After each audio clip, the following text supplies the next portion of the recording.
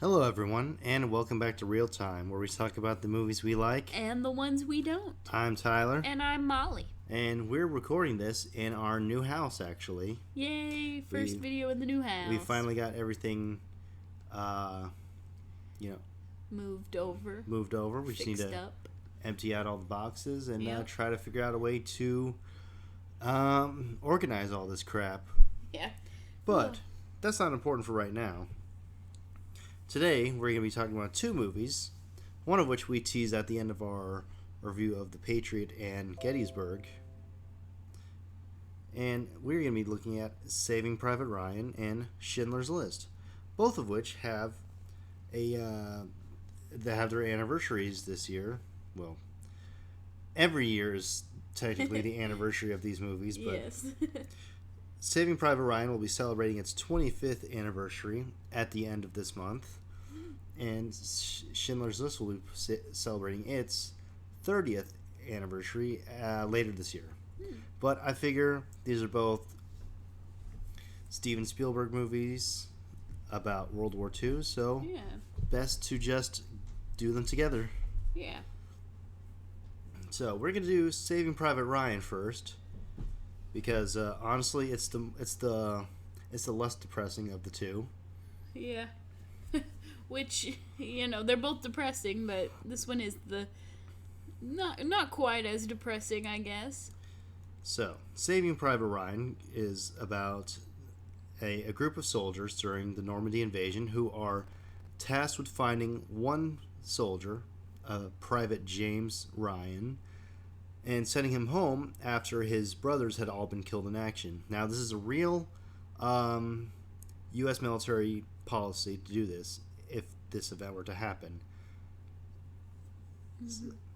This movie stars Tom Hanks as Captain Miller, the leader of these men, Tom Sizemore, who unfortunately passed away earlier this year, as Sergeant Horvath, his right-hand man, Edward Burns as Private Ryben. He's a more abrasive individual, to put it politely. Mm-hmm. Barry Pepper as Private Jackson, the Christian sniper of the group. Adam Goldberg as Private Malish, the Jew. He's a Jewish guy, and he's kind of a dick, but he means well. Vin Diesel in one of his first roles as Private Caparzo. Don't worry though, he gets killed pretty early though. Yeah, he doesn't get too much screen time. Giovanni Ribisi as the medic Wade. Jeremy Davies as Corporal Upham, who I'll have words about later. Mm-hmm. Mm-hmm. And Matt Damon as the titular Private Ryan. Funny thing about Matt Damon is Spielberg chose him because he wanted an everyman for this role, someone who wouldn't be so recognizable. Funny thing is, he chose him right before Damon would win an Oscar for his screenplay on Good Will Hunting. Mm-hmm. Yeah. So that didn't last too long. Not really, no. This movie also has some actors who were either big at the time and faded away, or would become big stars later on, such as Ted Danson and Paul Giamatti in small roles, as well as Bryan Cranston in another walk-on role. Mm-hmm. So, this movie was inspired by a real event that happened. It was during World War II. There was a group of brothers who, all but one of them was reported to have been killed in action. They were the Nyland brothers, not Ryan. And the remaining brother, Fritz Nyland, was a sergeant in the 101st Airborne, the same unit as Private Ryan. Mm-hmm. And it wasn't in real life. Finding him and telling him that he's getting a ticket home wasn't quite as harrowing as it was shown in the movie. But that's really just an account of communications were actually set up, and they knew where he was at. Mm-hmm. So really, it was all a matter of sending a message to this guy's commanding officer, telling him, "Hey, this guy's gonna go home because all his brothers are dead, And there was some pushback from Sergeant Nyland at the time, but I mean, this is real life. You can't really pick and choose the orders you're given. Yeah. Mm-hmm. So he got sent home, and his mom got one of her kids back. But the really cool thing is, later on, after the war ended, one of his older brothers, one of them that was shot down over Burma, was discovered to have survived. He escaped a Japanese prisoner of war camp and made his way back home. There used to be a movie about that one, too. Well, there was. It was called Saving Private Ryan. You know what I mean. So, this movie is probably one of Spielberg's best. Like, it's not my favorite of his, but it's one that I really love. Mm-hmm. You know, just the amount of work that he put into this movie, the amount of detail into making everything as authentic as possible. And I say authentic because this is a completely fictionalized story. But even still, this is still an accurate depiction of the Normandy invasion. Mm-hmm. The first 20 minutes of this movie, the infamous D-Day scene,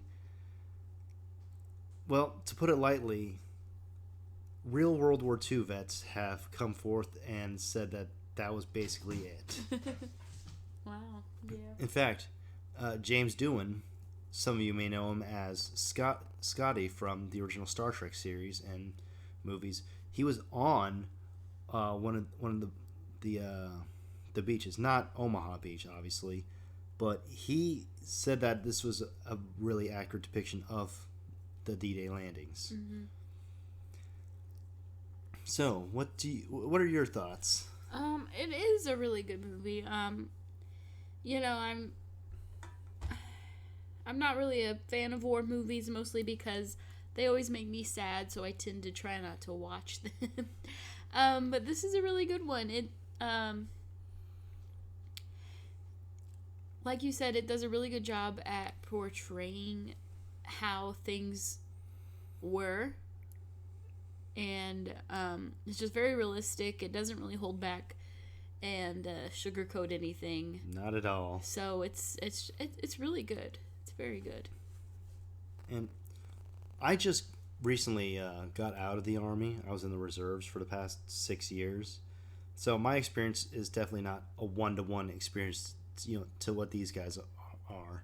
Mm-hmm. But there's certain scenes in this movie that when they happen, I was just thinking back on my time in, and it's like, yeah, that feels about right. Yeah. Like, there's this part in the movie where they're all just sitting around. This is before the final battle, and they're all just telling stories about right before they left for the Army, and just they're both supporting each other and just roasting each other the whole time, and that's just completely authentic to my experience in the Army, at least. Mm-hmm.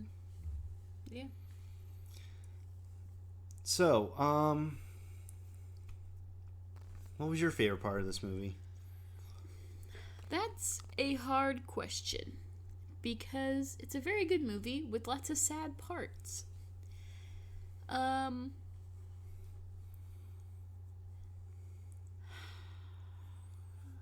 It's really hard to choose, but I guess if I had to choose a part, I would have to go with closer to the end when they that last battle that they have where they're protecting the what did you do? Anyways, when they're protecting the bridge, I guess that whole battle's pretty cool. Yeah, I really like the I both love and I hate the lead up to it. Yeah. Because it's so anxiety inducing and so tense that you're just begging for something to happen. You're begging for someone to fire the first shot or some explosion to go off. You're just tense the whole time. And then when it finally does, it's like, oh, okay, this is better. This feels better. Yeah. Mm-hmm. And there's a particular moment in this final scene that a lot of people have a lot of issues with, and that's with Corporal Upham. Mm-hmm. Now, there's two ways to look at this. There's the way I initially felt, which was probably how everyone else did. Is like, oh, Upham's just go help him. Just go up those stairs and help the guy. You're right there. Help him out. That's how I initially felt. But getting older and actually spending some time in the Army, you think, that's kind of realistic, because who's to say that any of us would really, wouldn't be as scared as Upham there? Yeah. Mm-hmm. We can talk all I want about how he's a coward or a pussy or something like that, but are any of us really different? We would all be terrified as well. It's a very scary... Sorry, the cat knocked something over. Damn cat. Anyways, any one of us would be terrified to be put in the same situation, so we can't really judge him. Yeah. Unless we've been there and actually, been in that experience, which I'm sure some of the people who are criticizing him have been. In which case, y'all are good. Y'all. I will defer to you guys. Mm-hmm. Yeah, I really have no room to talk, so I would never be there in the first place. But I really like how unflinching and just committed to showing just how hellish war can be this movie is. Mm-hmm. It's not like a one specific scene. It's like just a continuous showing that this movie brings to us. Yeah. Mm-hmm. There's several scenes, like for instance the opening battle. There's Jackson versus the sniper in the clock tower. There's the skirmish against the machine gun. There's the final battle. All of this is just hammering home the point that this is not a fun place to be. Yeah. Yeah, I know. Obviously, I'm not really speaking anything too groundbreaking here, but you get what I'm saying. Mm-hmm. It's not pretty, but it's just how it is. Yeah. There's another scene that I really like. It was when they found the first Private Ryan. Yeah, I like that scene too. The one played by Nathan Fillion. Mm-hmm. They find a Private James F. Ryan, but instead of James Francis Ryan, they found James Frederick Ryan, not from Iowa, from Minnesota. And just like looking back, it's fun to see Nathan Fillion in one of his first roles, even before Firefly. Yeah. And I don't know, it's really fun. Yeah. It's like, oh, I know you. You're that guy. Yeah. And it's like the scene goes back and forth between all sorts of different emotions. First, it's like, okay, finally we found Private Ryan, even though we're not really too far into the movie. But I guess we found Private Ryan. Oh, it's not that Private Ryan. Mm-hmm. And Miller just told him his brothers are dead. So and this guy's brothers are they're kids. So he's thinking that that his kid brothers died, and he's obviously broken up about it. And it's kind of funny because his reaction is a bit over the top.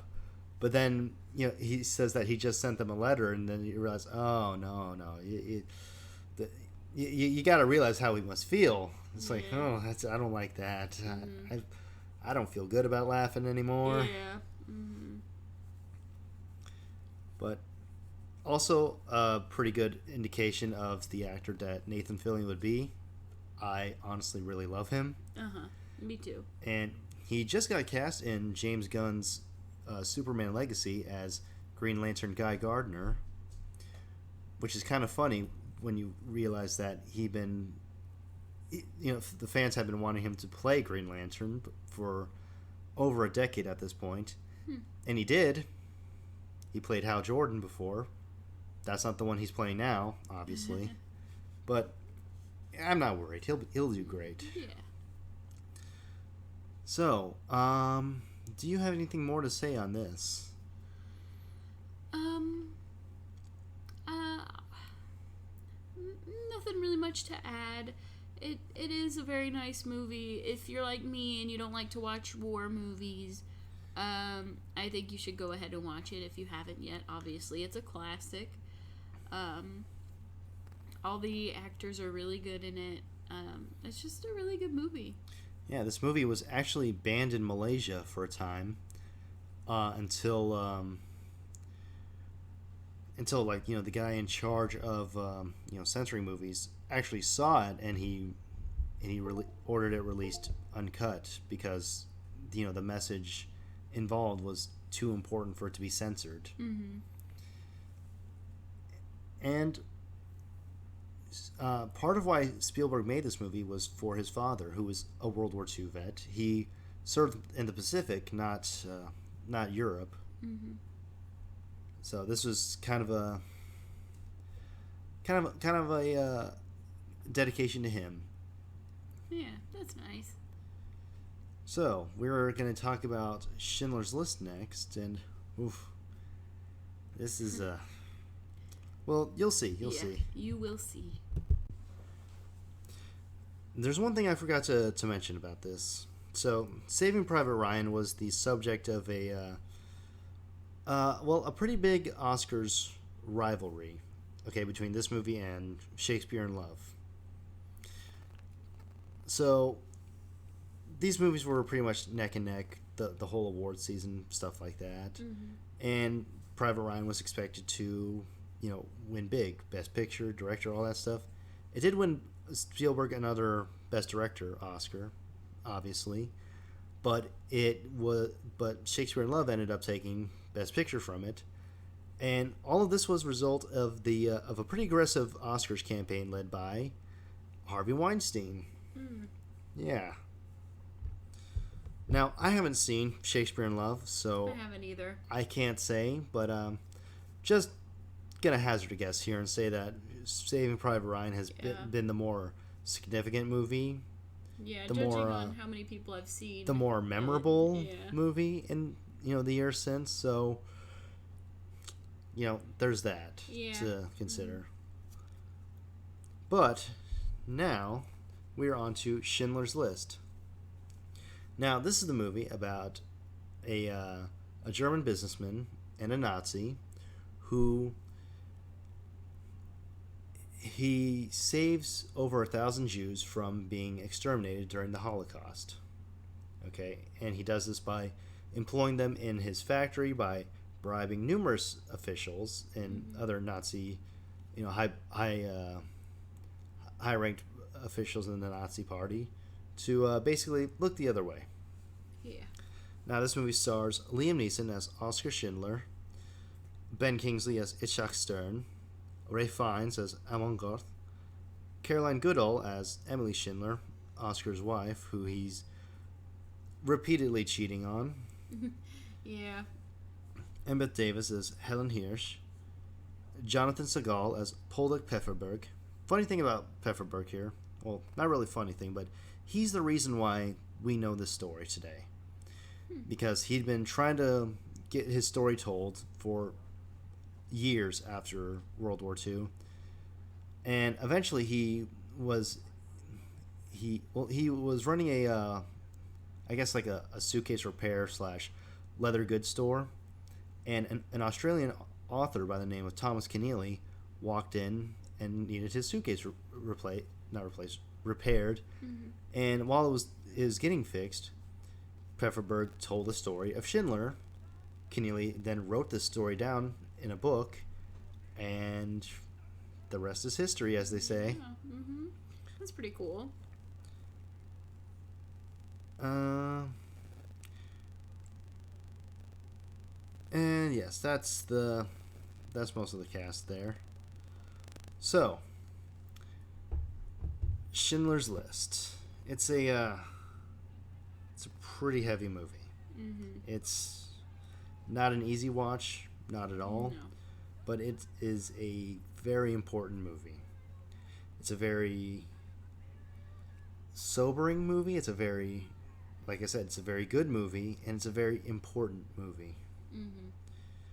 So, what did you think of it? Or let me hear some of your thoughts.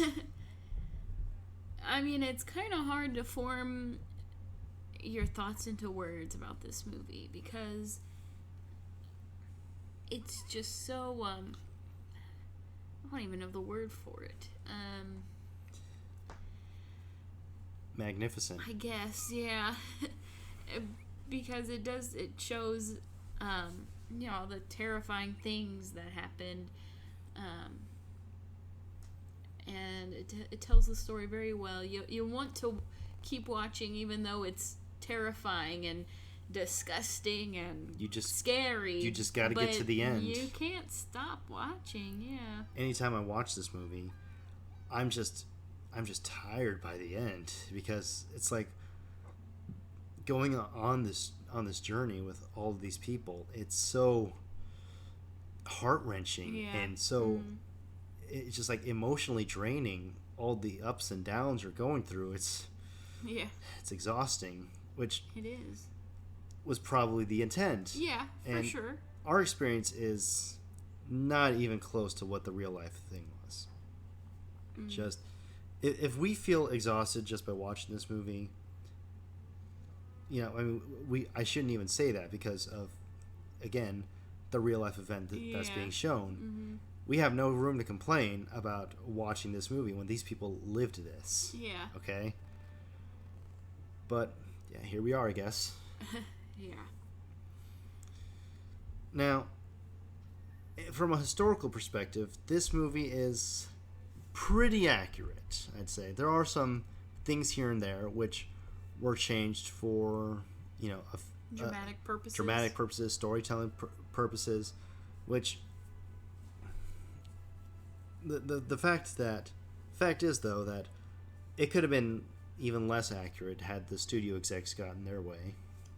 They wanted to, well, first of all, they wanted Spielberg to shoot this movie in color because it's the 90s. No one watches black and white movies. Heck, you could find people today who won't watch black and white movies. Yeah, the lame people. But Spielberg was firm in his desire to do it this way because it's for artistic intent and to mirror real-life World War II documentaries. Mm-hmm. Another thing they wanted to do is they wanted like a moment in the movie where Schindler just has an epiphany of what he's going to do. Just him, falling to his knees and yelling, "Yes, yes, I'm going to save these people. That's what I'm going to do." But that wouldn't be accurate at all. Yeah. Spielberg didn't want to manufacture a reason for why he decided to save all these people. Mm-hmm. It wouldn't make sense to do that. Yeah. And initially, Spielberg wanted to shoot this movie in German and Polish, but he realized that would be a problem for two reasons. One, he doesn't know the languages, so he would not be able to guesstimate if these actors are giving good performances based on a language that he doesn't even know. Yeah. And two, that would require subtitles, which would give the audience an excuse to look at something other than the screen. Okay, yeah. He didn't want that. He wanted us to be able to look at this and know what these people went through, which was the best decision. Yeah, I think, those are a lot of really good decisions that he made.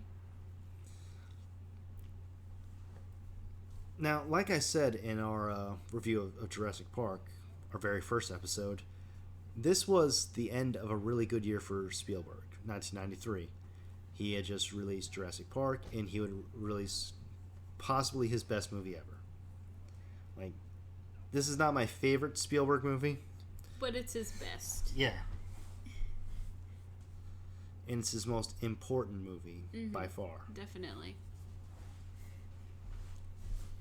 Now, I also have been able to actually go to the places where this movie takes place. When I was in the Army, I was our unit went mobilized over to go to Poland, specifically Powidz. It's I don't remember where specifically in Poland it is, but it doesn't matter. Yeah. But at one point, this is just a little bit prior to COVID, we were able to make a trip out to Krakow, where this movie takes place, as well as Auschwitz. Yeah, that Auschwitz. And just being there was such a grim reminder of what really we've done as mankind, to really remind us that, yeah, we haven't exactly acted in the best way for our fellow man. And it was a very, very sobering experience, and a very necessary one too, because we went to Auschwitz 1 and Auschwitz 2, the two different areas of the camp. And just pulling into Auschwitz 2, where the famous the building and the train tracks go into it. Auschwitz 1 was that had the Arbeit macht frei sign, the work sets you free. Auschwitz 2 is where, it's where the famous scene in this movie where the women get sent to when they get sent to Auschwitz. That's Auschwitz 2. And we got to see the bunkhouses, the gas chambers, the starvation chambers, all of that. And in Auschwitz 1, we got to see mountains of hair, suitcases, shoes, glasses, everything that was physically taken from these people, from the Jews. And just it really puts things into perspective. Just everything that happened. And that was just one camp. Mm-hmm. Possibly the one where the most people were killed, but still just one. Yeah. And it's not something I'm going to be forgetting anytime soon. Mm-hmm. So,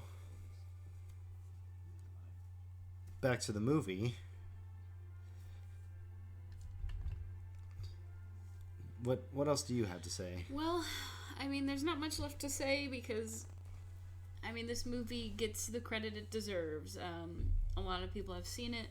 A lot of people have watched it. So it definitely, it's gotten the attention it deserves, I feel. Yeah, it has. It very much has. But it is a...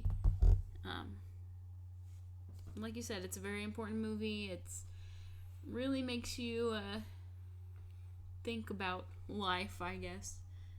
Think about, things that have happened, and it's just a good story too. Good storytelling. Yeah. Now, like we said, there are some discrepancies with history, but I feel like it's authentic enough to the real life history that it evens out, honestly. Mm-hmm. But there are some interesting things that they did with this movie. Like, would you believe that the real Amon Garth was worse in real life? It's hard to believe, but yeah. Well, first of all, we see him shoot prisoners from his balcony. Mm-hmm. We see him abuse his maid, Helen Hirsch. And we see him kill without regard. Mm-hmm. Now, in real life, this man did all of that. Plus, he would torture and murder prisoners in his basement. He would set his dogs on them. He was...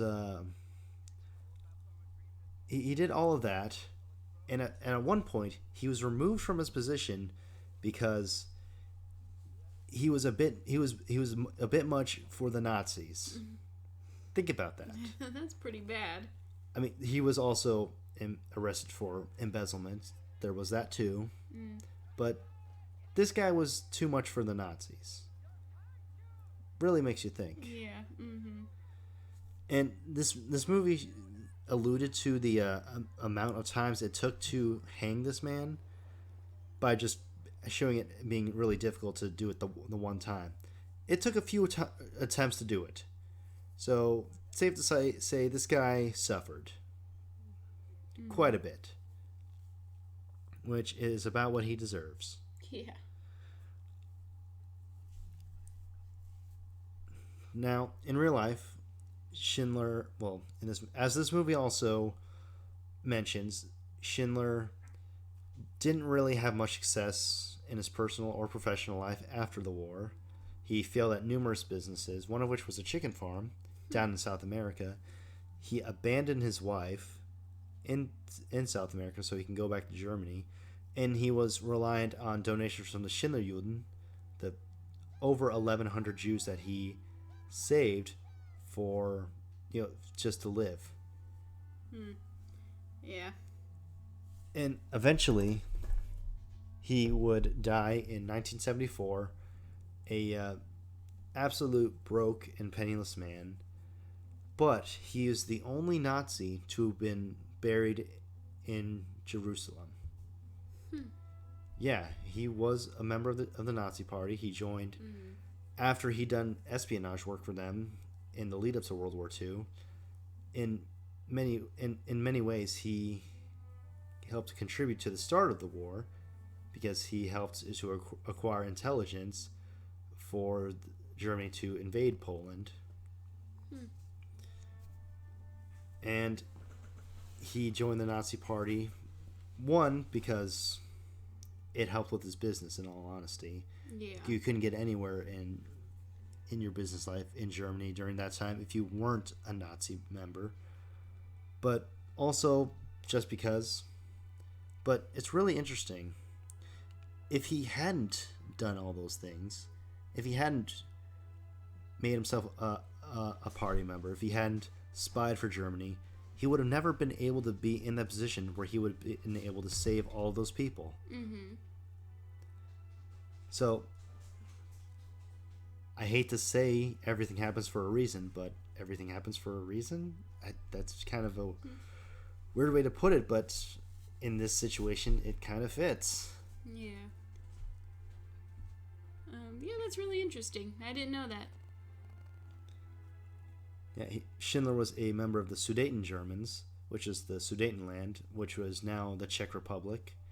Since that was an area that was owned by Germany prior to World War One. After World War One, that area became Czechoslovakia, which was it's just a whole thing. I don't have time to go into it right now, but point is, he's a very interesting person. He wasn't a very successful businessman outside of the war. He was not a very good husband to his wife. Didn't really seem like it in the movie. No, he was cheating on her repeatedly, sometimes in front of her. Yeah. But when the man was needed to step up and do his part in the world, he did it. And he saved over 1,100 people, and now there's many thousands more descendants of those people because of him. So it really, sometimes you just need one. It just needs one person. It just takes one person. Yeah. So both of these movies are definite recommends from us. Can we talk about favorite scenes? Yeah. What was your favorite part? Well, because I was gonna say my favorite part is the ending, which I know is kind of silly, I guess, but Well, you're a silly girl. Yeah. Anyways, up until like I don't know how much time it is, but after the war ends and he has to leave, he's got to get out of there. All the people he saved, write him a letter, or write whoever captures him, if someone's going to capture him, a letter explaining that he should be free because he's a good guy. But yeah, from there until like the very end, it's just really good. And I'm crying through all of it. But that part always gets me. When he's like, oh, I could have saved one more person if I would have sold this pin, or I would have saved 10 people if I would have got rid of my car. It's just very good. And, also, like the very ending, whenever they show the real people, I thought that was so cool. The real people and the actors who played them. And at the very end, we see Liam Neeson put roses on Schindler's grave. Yeah, I thought that was so cool, so interesting. A really good idea for Spielberg to have, and I thought it was, it's just really cool. Well, his way of thinking was he thought people might think that this couldn't have happened. Yeah. So he decided to track down all the real people and put them in there. Yeah. It really hits it home, too, because you're like, oh, wow, like, yeah, those are real people. This actually really happened. And one of the actresses was actually born in Auschwitz back in 1943. Mm-hmm. She's a pretty prominent character in this movie. She's the mother of the little girl in glasses. Yeah, I can't think of her name right now, but she is shown a lot. And that just adds another layer to this movie on just what they were willing to do to make this the best it can be. Mm-hmm. And it really is Spielberg's best movie. Yeah. Not my favorite. That's still Jaws, but his best. Yeah. All right. I think that's all I have to say. I think we can wrap it up. I think so. Because if not, I would talk about it for all day. Well, that'll do for us, everyone. We'll catch you later. Yeah. See you next time.